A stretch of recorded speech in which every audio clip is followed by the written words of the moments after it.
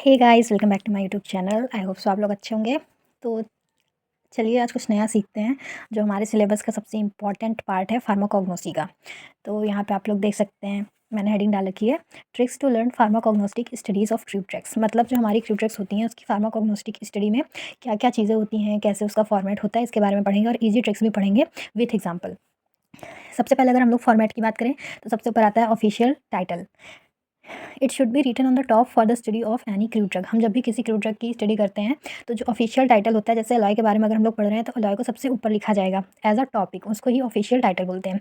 Second one is synonyms. तो ये एक अल्टरनेटिव नेम होता है किसी भी क्रू ड्रग का, जैसे अलॉय का है, सेना का हो गया, तो उसका जो सिनोनिम होगा ऑफिशियल टाइटल के बाद वो लिखा जाएगा। उसके बाद बायोलॉजिकल सोर्स, तो ये हमारे फार्माकोग्नोस्टिक स्टडी का सबसे इंपॉर्टेंट पॉइंट होता है और एग्जाम में एमसीक्यू में भी इससे क्वेश्चंस बनते हैं। इसके अंदर 3 चीज़ें आती हैं, nature of the drug, part of the plant used and scientific name, या फिर फैमिली की किस फैमिली से वो ड्रग बिलॉन्ग करता है। तो nature of the drug, drug का नेचर कैसा होता है, जो ड्रग है वो कौन से प्लांट के पार्ट से बनी है, मतलब वो ड्राइड लैटेक्स है, बार्क है, रेजिन्स है, फ्लावर है या फिर बड है। और साइंटिफिक नेम, मतलब ड्रग का साइंटिफिक नेम क्या है या फिर वो किस फैमिली से बिलॉन्ग करती है।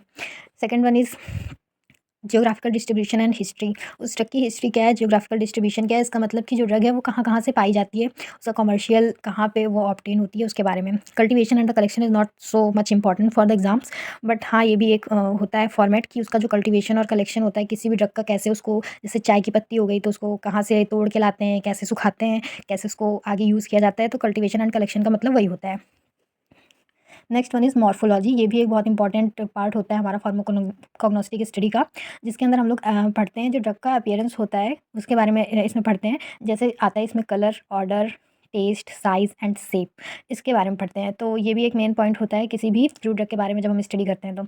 Next one is chemical constituent. किसी भी ड्रग में कुछ केमिकल कॉन्स्टिट्यूएंट्स होते हैं, तो ये उसी को रिप्रेजेंट करते हैं कि कौन सी ड्रग में कौन कौन से केमिकल कॉन्स्टिट्यूएंट्स प्रेजेंट हैं। Next one is chemical test.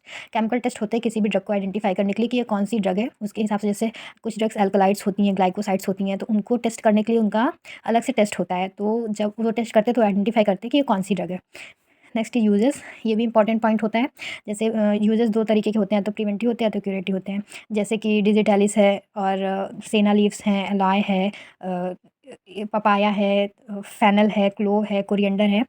इन सब के क्या-क्या यूज़ेस हैं, वो जैसे कि परगेटिव है, हो कुछ परगेटिव्स होती हैं, कुछ स्किन के लिए होती हैं, कुछ कॉस्मेटिक के लिए यूज़ होती हैं, कुछ तो हमारे इन स्किन इन्फ्लेमेशन के लिए यूज़ होती हैं और कुछ कॉन्स्टिपेशन के लिए यूज़ होती हैं। तो ये इसका यूजेस पार्ट हो गया। Next is commercial varieties, substitutes and adulterants. कुछ ड्रग्स की कमर्शियल वैराइटीज़ भी मार्केट में प्रेज़ेंट होती हैं, मतलब कुछ ड्रग्स के सब्स्टिट्यूट्स या फिर एडल्ट्रेंट्स जो कुछ और चीज़ों से बना के वही ड्रग को मॉडिफ़ाई करके बेचा जाता है। Next is storage and preservation. तो हम ड्रग को किस तरीके से स्टोर करें, किस चीज़ में स्टोर करें कि लंबे समय तक ड्रग्स को संभाल कर रख सकें ताकि आगे यूज़ कर सकें। और अब हम लोग समझते हैं कि एग्जांपल के थ्रू। चलिए इस एग्जांपल के साथ हमारे फॉर्मेट को समझने की कोशिश करते हैं। जैसे यहाँ पे सेना लीव्स लिखा हुआ है तो ये हमारा ऑफिशियल टाइटल है, इसी को बोलते हैं ऑफिशियल टाइटल कि किस क्रू ड्रग के बारे में पढ़ रहे हैं वो हमारा टॉप पर होगा।